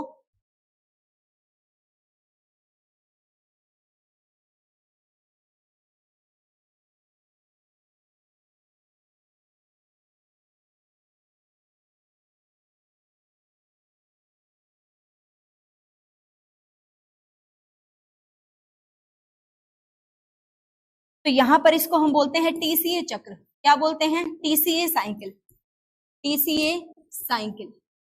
और क्या बोला जाता है इसको, और बोलते हैं हम इसको सिट्रिक एसिड साइकिल। कौन सी, सिट्रिक एसिड साइकिल। अब इसका भी रीजन है कि इसको सिट्रिक एसिड साइकिल क्यों बोला जाता है। तो सिट्रिक एसिड साइकिल हम याद रखेंगे कि जैसे ग्लाइकोलिसिस में पहला प्रोडक्ट क्या बनता है, 5 से 6 स्टेप होते हैं पाइरुवेट आयन को बनाने के लिए, लेकिन सबसे पहले किसका फॉर्मेशन होता है, सबसे पहले बनता है ग्लूकोज 6 फॉस्फेट। लेकिन यहाँ पर क्रेब्स साइकिल में सबसे पहले किसका फॉर्मेशन होता है, सबसे पहले फॉर्मेशन होता है भाई हमारे किसका, सिट्रिक एसिड का। किसका, सिट्रिक एसिड का। इसीलिए इसको क्या बोलते हैं, सिट्रिक एसिड साइकिल भी कहा जाता है। और सिट्रिक एसिड एक प्रकार का ट्राई कार्बोजिलिक एसिड है। क्या है, ट्राई कार्बोजिलिक एसिड है। सिट्रिक एसिड एक प्रकार का ट्राई कार्बोजिलिक एसिड है। दैट्स वाई इसको हम टीसीए साइकिल भी बोलते हैं। क्या बोलते हैं, टीसीए साइकिल भी बोलते हैं। किस वजह से, क्योंकि सिट्रिक एसिड एक प्रकार का ट्राई कार्बोजिलिक एसिड है, अम्ल है, इसी वजह से इसको टीसीए साइकिल भी कहा जाता है। किसको कहा जाता है टीसीए साइकिल, हमारी क्रेब्स साइकिल को। किसको, क्रेब्स साइकिल को। क्यों, क्योंकि यहाँ पर सिट्रिक एसिड क्यों कहा गया, क्योंकि यहाँ पर जो पहला स्टेप होगा, यहाँ पर सबसे पहले फॉर्मेशन किसका होगा, सिट्रिक अम्ल का होगा, यानी कि सिट्रिक एसिड का होगा, इसीलिए इसको सिट्रिक एसिड साइकिल कहा जाता है। और सिट्रिक एसिड एक प्रकार का ट्राई कार्बोजिलिक एसिड है। दैट्स वाई इसका नाम क्या है, टीसीए चक्र भी इसको कहा जाता है। जैसे ग्लाइकोलिसिस में क्या बन रहा था, ग्लूकोज 6 फॉस्फेट यहाँ पर बनता हुआ दिखाई दे रहा था। अब और क्या था यहाँ पर जानने वाली बात, कि ये ऑक्सीजन की प्रेजेंस में, ऑक्सीजन की प्रेजेंस में ऊर्जा बनाता है, ऊर्जा बनाता है। अब कई बुक्स में आपने पढ़ा होगा कि यहाँ पर कितनी एटीपी का निर्माण होता है, 36 से 38 एटीपी का निर्माण होता है। लेकिन ऐसा कहना 100% क्या हो जाएगा, गलत हो जाएगा। क्यों गलत हो जाएगा, क्योंकि यहाँ पर ये प्रोसेस भी माइटोकॉन्ड्रिया में होती है, और हमारा जो ईटीएस सिस्टम है वो भी कहाँ पर होता है, माइटोकॉन्ड्रिया में। यहाँ पर केवल और केवल कितने एटीपी बनते हैं, सिर्फ और सिर्फ 2 एटीपी बनते हैं। कितने एटीपी बनते हैं, केवल 2 एटीपी बनते हैं। आपको याद रखना है, कितने एटीपी, 2 एटीपी बनते हैं। कितनी ऊर्जा का निर्माण है, यहाँ पर केवल 2 एटीपी का निर्माण होता है। बाकी ऊर्जा कहाँ पर बनती है, बाकी ऊर्जा बनती है हमारी ईटीएस, यानी कि इलेक्ट्रॉन ट्रांसपोर्ट सिस्टम में। कहां पर, इलेक्ट्रॉन ट्रांसपोर्ट सिस्टम में। तो ये कहना गलत हो जाएगा कि यहाँ पर 36 से 38 एटीपी बनती है, यहाँ पर नहीं बनती, वो ईटीएस सिस्टम में बनती है। अब यही आयन कहाँ जाएंगे, यही आयन जाएंगे हमारे लास्ट वाली साइकिल में, जिसको हम बोलते हैं ETS, electron transport system. TCA चक्र के बाद क्या आएगा, इलेक्ट्रॉन ट्रांसपोर्ट सिस्टम आएगा, जो कि हमारी लास्ट साइकिल है। किसको बनाने की, ऊर्जा को बनाने की हमारी लास्ट साइकिल है। तो अब हेडिंग डालेंगे हम किसकी, ईटीएस की, यानी कि electron transport system, electron transport system. ठीक है, तो यहाँ पर इलेक्ट्रॉन ट्रांसपोर्ट सिस्टम देखेंगे भाई क्या होता है। इलेक्ट्रॉन का मतलब क्या है, इलेक्ट्रॉन का ट्रांसपोर्ट यानी कि किसका परिवहन, इलेक्ट्रॉन का परिवहन, इलेक्ट्रॉन्स का परिवहन हो रहा है। ऊर्जा का मतलब है ही क्या कि इलेक्ट्रॉन परिवहन यानी कि ट्रांसपोर्ट हो रहे हैं, ठीक है, एक जगह से दूसरी जगह, सेलुलर रेस्पिरेशन से। तो यहाँ पर इलेक्ट्रॉन ही क्या है, माइटोकॉन्ड्रिया को हम क्या बोलते हैं, power house of the cell. Mitochondria को क्या बोलते हैं, power house of the cell. क्यों, क्योंकि ये प्रोसेस भी कहां पर होती है, माइटोकॉन्ड्रिया में होते हैं, माइटोकॉन्ड्रिया में होते हैं। अब माइटोकॉन्ड्रिया में कहाँ होती है, इनर वाली फोल्डिंग होती है, जो इनर लेयर होती है उसकी, यानी कि दो झिल्लियों के बीच, दो लेयर्स या झिल्लियों के बीच, ठीक है, दो झिल्लियों के बीच होती है, ठीक है, दो झिल्लियों के बीच होती है क्या, ईटीएस वाली प्रोसेस। किसकी दो झिल्लियां, माइटोकॉन्ड्रिया हमें पता है डबल लेयर स्ट्रक्चर है, उनकी दो झिल्लियों के बीच क्या होता है, इलेक्ट्रॉन ट्रांसपोर्ट सिस्टम जो है एस्टेब्लिश होता है। और वहां पर जो क्रिस्टे है, जो उसकी इनर फोल्डिंग होती है, उसमें क्या होता है हमारा, उसमें क्रेब्स चक्र चलता है। कौन सा, क्रेब्स चक्र। इसी वजह से माइटोकॉन्ड्रिया को power house of the cell कहा जाता है। माइटोकॉन्ड्रिया को पावर हाउस कहा जाता है, किसका, सेल का, पावर हाउस ऑफ सेल कहा जाता है, कहते हैं, ठीक है। इसी वजह से माइटोकॉन्ड्रिया को power house of the cell कहते हैं। क्यों, क्योंकि यहाँ पर ही बनती है कितनी एनर्जी, कहीं किसी जगह आपको 36 दिखाई देगी, कहीं किसी जगह आपको 38 दिखाई देगी। ये डिपेंड करता है आप किस कॉन्टेक्स्ट में बात कर रहे हैं, या किस कॉन्टेक्स्ट में जो है आप पूछ रहे हैं। तो कहीं पर 36 भी होगी, कहीं पर 38 भी होगी। तो यहाँ पर एटीपी बनती है, यानी कि ऊर्जा की करेंसी एडिनोसाइन ट्राइफॉस्फेट बनते हैं।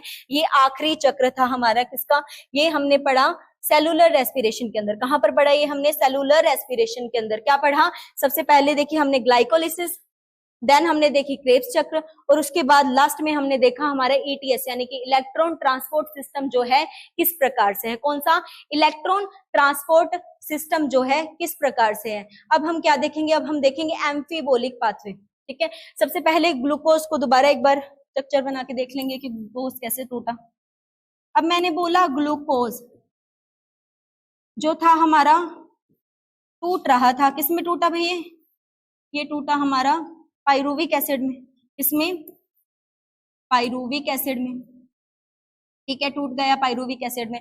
अब क्या होगा, पाइरुविक एसिड में तो टूट गया, लेकिन ये प्रोसेस कहां तक थी, ग्लाइकोलिसिस तक थी। कौन सी प्रोसेस थी, यहाँ पर ग्लाइकोलिसिस हो रहा था, ग्लाइकोलिसिस हो रहा था, ठीक है। यहाँ पर ऑक्सीजन की प्रेजेंस हो भी सकती है और नहीं भी हो सकती, लेकिन आगे जरूरी है। अब यहाँ तक तो काम चल रहा था, लेकिन आगे प्रेजेंस हो भी सकती है और नहीं भी हो सकती। अगर प्रेजेंस होगी ऑक्सीजन की, अगर ऑक्सीजन की प्रेजेंस होगी तो क्या होगा, अगर ऑक्सीजन की एब्सेंस होगी तो क्या होगा। मान लीजिए अगर ऑक्सीजन की क्या है, प्रेजेंस है, ऑक्सीजन की प्रेजेंस है तो क्या होगा, ठीक है।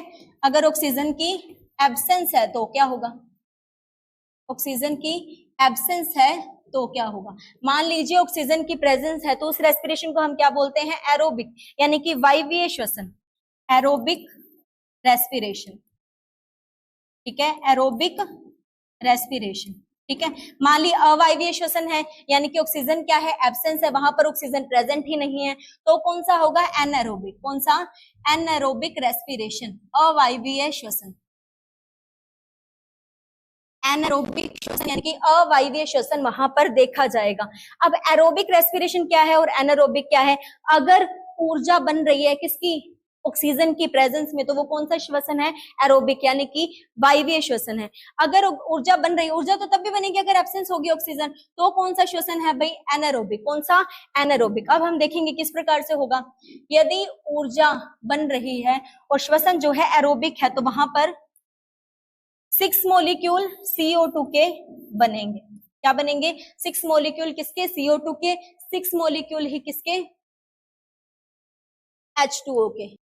और एनर्जी बनेगी यहाँ पर 38 ATP।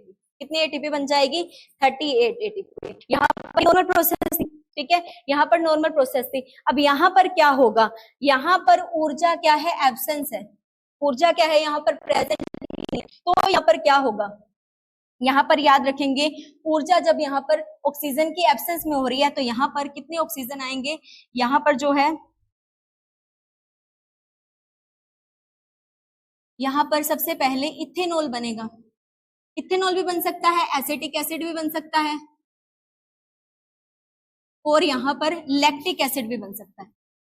लैक्टिक एसिड भी बन सकता है अगर क्या है ऑक्सीजन वहां पर एब्सेंस है तो। और क्या बनेगा, यहाँ पर CO2 रिलीज होगी और यहाँ पर बनेगी 2 ATP। केवल कितनी ATP बनेगी, यहाँ पर 2 ATP बनेगी। ठीक है, ऊर्जा कितनी बनेगी, बनेगी तो सही लेकिन कितनी, बहुत ज्यादा कम बनेगी। कितनी बनेगी, केवल 2 ATP बनेगी। वाइल जब हमने एरोबिक रेस्पिरेशन में देखा तो देयर इज 38 ATP थे। कितने थे, 38 ATP बन रहे थे। CO2 6 मोलिक्यूल, 6 अपने वाटर के मोलिक्यूल, यहाँ पर CO2 बनेगी और ATP कितने बनेंगे, ATP बनेंगे हमारे कितने,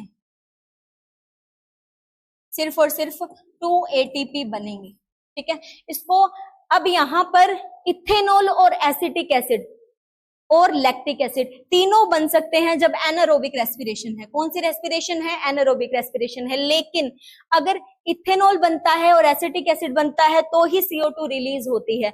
लैक्टिक एसिड बनेगा तो वहां पर CO2 रिलीज नहीं होगी। अब क्यों नहीं होगी ये देख लेते हैं एक बार, और एक बार इसको ध्यान से देखेंगे कि एरोबिक रेस्पिरेशन है तो CO2 रिलीज होगी, वाटर के मॉलिक्यूल, और यहाँ पर 38 ATP बनेगी। लेकिन यहाँ पर लैक्टिक एसिड बनेगा, CO2 और 2 ATP ही रिलीज होगी। केवल यहाँ पर क्यों होगी, अब दोबारा से समझ लेंगे।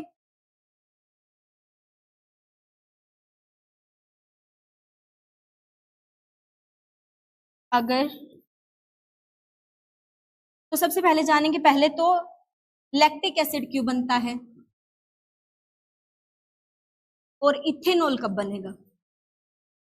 इथेनॉल कब बनेगा, लैक्टिक एसिड भी बन सकता है और इथेनॉल भी बन सकता है। इथेनॉल कब बनेगा, जब यीस्ट फर्मेंट हो रही है। क्या हो रही है, जब खमीर यानी कि यीस्ट फर्मेंट हो रही है, जब किसकी प्रोडक्शन होगी, एनर्जी की, यीस्ट में हो रही है। अगर यीस्ट टूट रहा है तो वो किस में टूटेगा, इथेनॉल में टूटेगा। यदि ह्यूमन बॉडी की बात करें, ह्यूमन बॉडी की बात करें तो वहां पर क्या होगा, तो वहां पर लैक्टिक अम्ल बनता है। क्या बनता है, लैक्टिक एसिड बनता है। अगर ह्यूमन बॉडी की बात करें, अगर यीस्ट की बात करें तो यहाँ पर क्या बनता है, इथेनॉल बनता है। क्या बनता है, इथेनॉल बनता है। एक बार फिर से देखेंगे इसको। मैंने आपको कहा यदि ऊर्जा बनने के लिए प्रोडक्ट इथेनॉल या एसिटिक एसिड में टूटे, या एसिटिक एसिड में टूटता है तो CO2 रिलीज होगी। CO2 रिलीज होगी, CO2 रिलीज होगी। लेकिन लैक्टिक एसिड में, लैक्टिक एसिड में CO2 रिलीज नहीं होगी, CO2 रिलीज नहीं होगी। ठीक है, अब CO2 रिलीज क्यों नहीं होगी, due to its chemical structure. Due to its structure, इसके स्ट्रक्चर के कारण, स्ट्रक्चर के कारण। ठीक है, इसके स्ट्रक्चर के कारण यहां से CO2 रिलीज नहीं होती। याद रखेंगे, इथेनॉल, जब इथेनॉल बनेगा यीस्ट की प्रोडक्शन के बाद, या फिर एसिटिक एसिड बनेगा तो वहां से CO2 रिलीज होगी हमेशा। ठीक है, लेकिन लैक्टिक एसिड के केस में CO2 रिलीज नहीं होगी। अब क्यों नहीं होती, क्योंकि इसका स्ट्रक्चर ही ऐसा होता है। ठीक है, क्योंकि इसका स्ट्रक्चर ही कैसा होता है, ऐसा होता है। एक बार और इसको डिटेल से समझना चाहते हो तो एक बार और देखेंगे इसको। मैंने आपको बोला इथेनॉल है एक है हमारा एसिटिक एसिड, नेक्स्ट है हमारा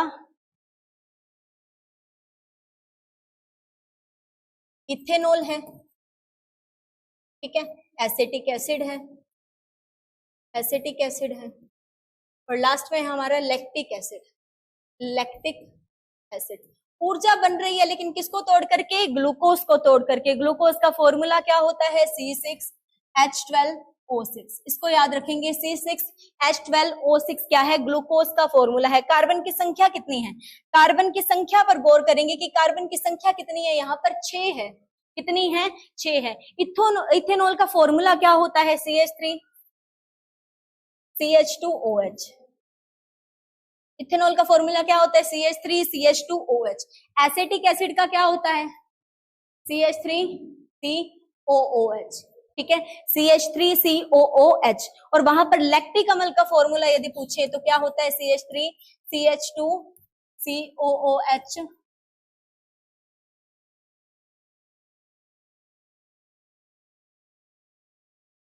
COOH। और यहाँ पर आता है एक अल्कोहल का ग्रुप। तो यानी कि लैक्टिक एसिड में अल्कोहल भी होता है और लैक्टिक एसिड में कार्बोजिलिक एसिड भी होता है। क्या होता है? कार्बोजिलिक एसिड भी होता है।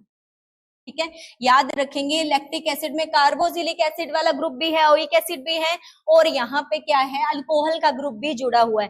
कार्बन की संख्या कितनी है? 6। मैंने आपसे कहा कि यदि जो एनर्जी है इथेनॉल में कन्वर्ट हो रही है या फिर एसिटिक एसिड में कन्वर्ट हो रही है तो वहां पर जो है CO2 रिलीज होगा, लेकिन लैक्टिक एसिड के केस में CO2 रिलीज नहीं होगा। क्यों नहीं होगा? यहाँ पर देखेंगे इसके भी 2 मॉलिक्यूल बनते हैं, इसके भी 2 मॉलिक्यूल बनते हैं, इसके भी 2 मॉलिक्यूल बनते हैं, लेकिन यहाँ पर 2 मॉलिक्यूल बनेंगे तो कार्बन एक और एक कितने हो गए? 2 कार्बन। 2 को 2 से मल्टीप्लाई करेंगे, कितने कार्बन हो गए? 4। टोटल कितने हैं? 6। 6 में से 4 गए, 2 बचे हैं, और यहाँ पर 2 CO2 क्या हो जाती है? रिलीज होती है। ठीक है, इस केस का आपको समझ आया होगा। यहाँ पर 2 मॉलिक्यूल थे तो यहाँ पर 1 कार्बन 2 कार्बन, 2 2 जा 4, 6 में से 4 गए 2, और 2 CO2 यहाँ पर रिलीज हो जाते हैं। यहाँ पर भी ऐसा 1 कार्बन 2 कार्बन, 2 2 जा 4। ठीक है, अभी भी यहाँ पर कितने रह गए? 2 रह गए, तो 2 CO2 यहाँ पर भी रिलीज हो जाएगी। लेकिन यहाँ पर तो पहले ही कार्बन पूरे हो गए, कितने? 1 2 और 3, 3 2 जा 6, 6 कार्बन क्या हो गए? यहाँ पर कंप्लीट हो गए। दैट्स वाई यहां से CO2 रिलीज नहीं होती। CO2 रिलीज यहां से नहीं होती। क्यों नहीं होती? आपको समझ आया होगा ये देख करके, बिल्कुल मैंने एक्सप्लेन करके बता दिया आपको कि क्यों नहीं होती। यहाँ पर इसके स्ट्रक्चर को देखेंगे, क्योंकि यहाँ पर क्या आ गए? 3 कार्बन आ गए, 3 2 जा 6, क्योंकि 2 मॉलिक्यूल हैं इसके, 3 और 3 6 हो गए, तो यहाँ पर कार्बन ही नहीं बचे, तो CO2 रिलीज होने का सवाल ही नहीं उठा। लेकिन यहाँ पर क्या था? 2 मॉलिक्यूल अभी भी पड़े हैं किसके? कार्बन के, इसीलिए CO2 यहाँ से क्या हो जाएगी?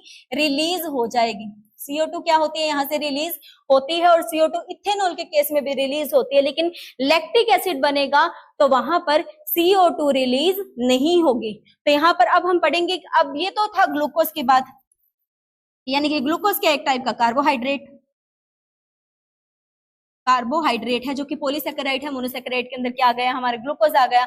अब केवल ऊर्जा बनाई तो हमने कार्बोहाइड्रेट से बनाई, ऐसा जरूरी थोड़ी है। ऊर्जा तो प्रोटीन से भी बन सकती है, ऊर्जा हमारी फैट से भी बन सकती है। कैसे? अभी देखेंगे। मैंने बोला ऊर्जा तो हमारी प्रोटीन से भी बनेगी, ऊर्जा हमारी कार्बोहाइड्रेट से भी बनेगी, ऊर्जा हमारी फैट से भी बनेगी। ठीक है, तो केवल उसकी बात क्यों करें, इनकी भी बात करेंगे। प्रोटीन भी सहायक होते हैं ऊर्जा बनाने में, कार्बोहाइड्रेट भी होते हैं। कार्बोहाइड्रेट ज्यादा सहायक होते हैं। ठीक है, यहाँ पर फैट भी होते हैं। तो हमें पता है जब हम वसा की बात करें तो वसा किस में टूटती है? फैटी एसिड में। फैटी एसिड में। जो कार्बोहाइड्रेट है ग्लाइकोजन में, उसके बाद ग्लूकोज में। ठीक है, ग्लूकोज में। यहां से प्रोटीन टूटता है हमारा अमीनो एसिड में, अमीनो एसिड में। अब यहां से ग्लूकोज के बाद मैंने अभी बताया आपको क्या बनता है? पाइरूविक एसिड बनता है। क्या बनता है? पाइरूविक एसिड बनता है। पाइरूविक एसिड बनता है। ठीक है, क्या बनता है यहाँ पर? पाइरूविक एसिड बनता है। उसके बाद क्या बनता है यहाँ पर? ठीक है, एसिटाइल कोएंजाइम में, एसिटाइल कोएंजाइम ए। ठीक है, एसिटाइल कोएंजाइम ए बनता है। और लास्ट के अंदर ये सभी चीजें किसके अंदर चली जाती है? क्रेब्स साइकिल के अंदर। कहां पर? क्रेब्स साइकिल के अंदर चली जाती है। कौन सी साइकिल के अंदर चली जाती है? क्रेब्स चक्र के अंदर चली जाती है। ठीक है, कौन से चक्र के अंदर? क्रेब्स साइकिल के अंदर चली जाती है। ऐसे ही पढ़ा ना हमने अभी, क्रेब्स साइकिल, क्रेब्स साइकिल। ठीक है। तो यहाँ पर लास्ट एंड प्रोडक्ट क्या बना, क्रेब्स साइकिल, और इसके बाद जो है ऊर्जा बन जाएगी। कितनी एटीपी बनेगी वो मैंने अभी आपको बता ही दिया। अब जैसे ही फैटी एसिड बनेंगे, फैटी एसिड सीधा का सीधा कहाँ आ जाते हैं, पाइरुविक अम्ल में। कहाँ पर, पाइरुविक एसिड में कन्वर्ट हो जाते हैं। और अमीनो एसिड क्या बनाते हैं, सीधा एसिटाइल कोएंजाइम ए बनाते हैं। क्या बनाते हैं, एसिटाइल कोएंजाइम ए बनाते हैं। और इस तरीके से दिखता है ऊर्जा का संकलन, जो अलग अलग चीजें करती हुई दिखाई देती हैं। अमीनो एसिड से भी बनेगी ऊर्जा, ग्लूकोज से भी बनेगी, फैटी एसिड से भी बनेगी। यहाँ पर पाइरुविक एसिड बनेगा, उसके बाद एसिटाइल कोएंजाइम ए बनेगा, और फिर ये सभी चीजें जो है इकट्ठी होकर के कहाँ चली जाएंगी, क्रेब्स चक्र के अंदर, वहां पर एटीपी बन जाएगी। टोटल कितनी बनती है, 36 से 38 एटीपी बनेगी। लेकिन क्रेब्स चक्र में कितनी बनती है, आपको मैंने अभी बताया 2 एटीपी बनती है। ग्लाइकोलाइसिस में नेट गेन पूछे तो 2 एटीपी। वैसे कितनी बनती है, 4 एटीपी। 2 कहाँ गई, 2 उसी चेन को बनाने में क्या हो गई, ऊर्जा वहीं पर खर्च हो गई। अब हम पढ़ेंगे कुछ रेस्पिरेटरी डिजीज, कुछ रेस्पिरेटरी डिजीज। तो सबसे पहले है हमारी एस्थमा। सबसे पहले क्या है हमारी, एस्थमा। सबसे पहले जानेंगे हम किसके बारे में, एस्थमा के बारे में।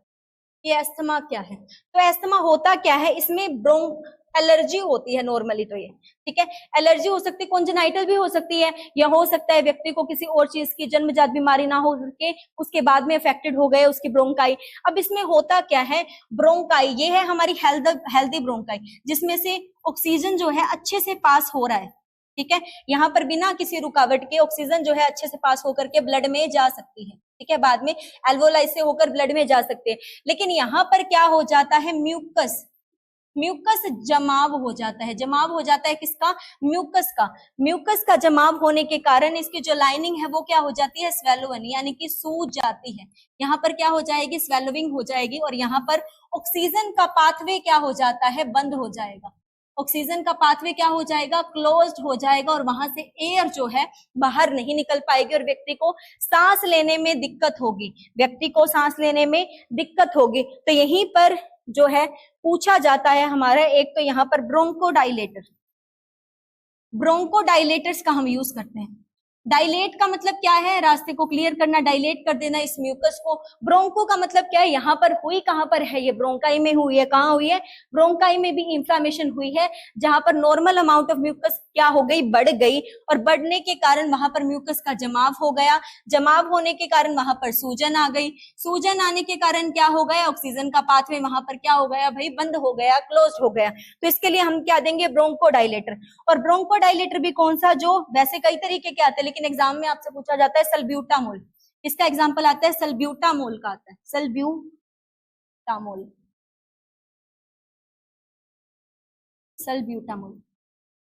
ठीक है, सल्ब्यूटामोल इनहेलर। ठीक है, सल्ब्यूटामोल इनहेलर, जो कि बीटा 2 एड्रेजेनिक एगोनिस्ट है, जो कि क्या है, बीटा 2 एडर्जिक एगोनिस्ट। ठीक है, ये हम याद रखेंगे, जो कि क्या है, बीटा 2 एड्रेजेनिक एगोनिस्ट है। यहाँ पर सल्ब्यूटामोल इनहेलर का यूज किया जाता है। क्या है, ये ब्रोंकोडाइलेटर है। तो ये हमने किसके बारे में पढ़ा, अस्थमा के बारे में। किसके बारे में, अस्थमा के बारे में। नेक्स्ट हमारी जो डिजीज पूछी जाती है वो है एम्फाइसीमा। क्या होती है, एम्फाइसीमा।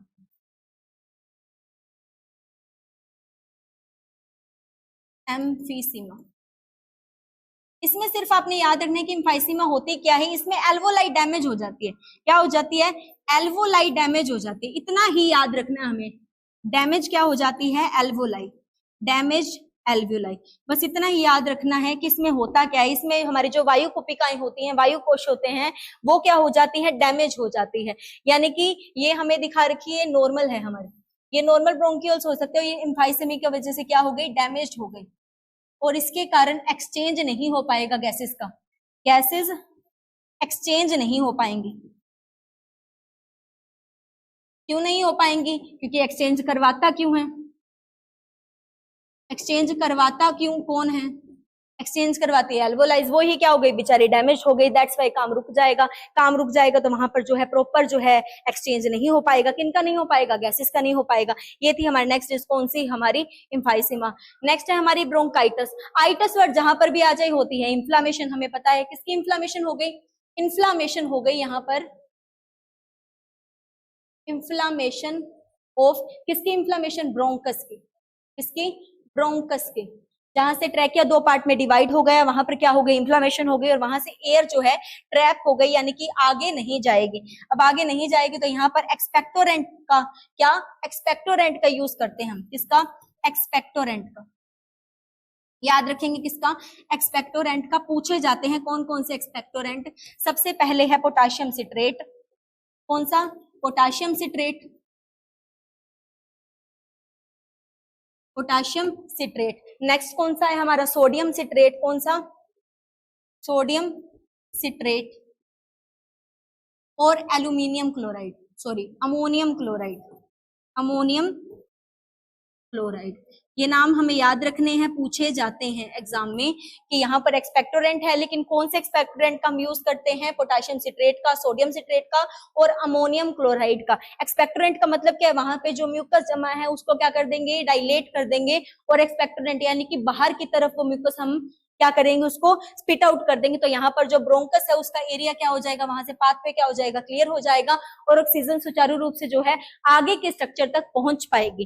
ठीक है, लास्ट डिजीज है हमारी जो पूछी जाती है वो है प्लूरिसी। क्या है, प्लूरिसी। प्लूरिसी का मतलब क्या होता है, लंग्स जो है हमारा डबल लेयर स्ट्रक्चर है। लंग्स की जो प्लूरा होती है, प्लूरा का मतलब क्या है, आउटर लेयर, आउटर लेयर। तो लंग्स कैसे है हमारे, डबल लेयर स्ट्रक्चर है। लंग्स कैसा स्ट्रक्चर है हमारा, double layer structure, double layered structure है। अब डबल लेयर स्ट्रक्चर तो है, लेकिन यहाँ पर जो है पाया जाता है, क्या पाया जाता है, यहाँ पर डबल लेयर स्ट्रक्चर के अंदर फ्लूइड पाया जाता है। क्या पाया जाता है, फ्लूइड पाया जाता है। जो कैसा फ्लूइड होता है, चिपचिपा पदार्थ होता है, चिपचिपा पदार्थ होता है। अब यही चिपचिपा पदार्थ जरूरी है कंट्रोल करने के लिए, ताकि लंग्स जो है कोलैप्स ना कर जाए, या फिर वहां पर फ्रिक्शन को कंट्रोल करने के लिए, फ्रिक्शन को कंट्रोल करने के लिए। फ्रिक्शन कैसे हो सकती है, जैसे ही एयर का अमाउंट ज्यादा होगा लंग्स के अंदर, तो लंग्स क्या करेंगे, एक्सपेंड करेंगे, और वो एक्सपेंड ज्यादा ही ना हो जाए, इस वजह से ये फ्लूइड जो है कंट्रोल करता है फ्रिक्शन को, ताकि सुरक्षा प्रदान करता है फ्रिक्शन को। लेकिन अति सभी चीजों की क्या होती है, किसी भी चीज की अति जो है बुरी होती है। तो यहाँ पर यही फ्लूइड जो है उसका अमाउंट ज्यादा होने के कारण यहाँ पर प्लूरिसी, क्या, फ्लूइड का अमाउंट क्या हो गया, ज्यादा हो गया, फ्लूइड का अमाउंट बढ़ गया, और बढ़ने के कारण क्या हो गया, यहाँ पर बैक्टीरियल ग्रोथ हो सकती है। क्या हो सकती है, बैक्टीरियल ग्रोथ हो सकती है, और इसी डिजीज को हम किसके अंडर पढ़ते हैं, प्लूरिसी। तो ये थी हमारी आज की लास्ट डिजीज। इससे पहले हमने पढ़ी थी जो ब्रोंकाइटिस थी, एम्फीसीमा थी और अस्थमा थी, जो कि बहुत ज्यादा इंपॉर्टेंट है और आप इसको याद रखेंगे जरूर। तो ये था हमारा पार्ट 2 किसका, फिजियोलॉजी ऑफ रेस्पिरेशन का। आज के लिए इतना ही, धन्यवाद।